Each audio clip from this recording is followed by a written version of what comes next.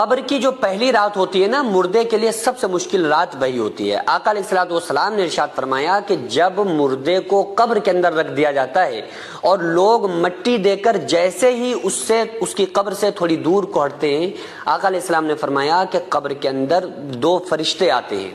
جن کا نام، ایک کا نام منکر ہے، دوسرے کا نام نکیر ہے، اور سب سے ڈراؤنی اور سب سے خطرناک اس کے لیے جو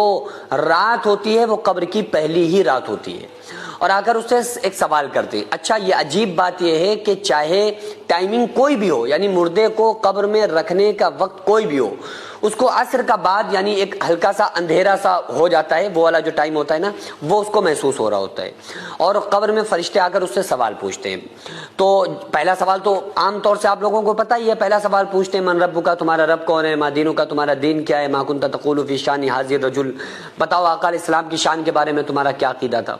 تو اس وقت جو قبر کے اندر مردے کو ایسے ہی اس کی روح کو اس کی باڈی کے اندر لوٹایا جاتا ہے، یعنی کہ ایسا نہیں ہوتا ہے کہ وہ اس کی روح کہیں چلی گئی اب اس سے سوال و جواب ہو رہے ہیں، نہیں نہیں نہیں، قبر میں اس کی باڈی کے اندر، اس